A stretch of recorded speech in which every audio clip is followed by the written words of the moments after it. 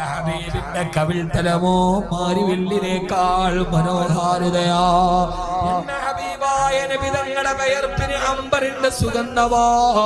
എന്റെ ഹബീബ് പല്ല് വെളിയിൽ കാണുന്ന രീതിയിൽ ചിരിച്ചിട്ടില്ല.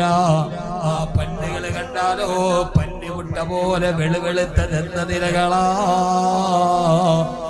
ഹബീബിന്റെ പല്ലുകൾ അടുത്തടുത്തിരിക്കുന്നെങ്കിലും ഇടയിൽ ആ പാൽക്കോവയില് ചെറിയൊരു വിടലുകളുണ്ട്.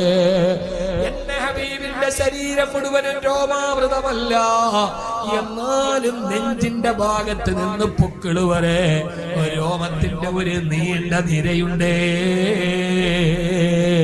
എന്റെ ഹബീബ് സംസാരിച്ചാൽ എല്ലാ വാക്കുകളും പെറുക്കി പെറുക്കി എടുക്കുന്ന വാക്കുകളാ.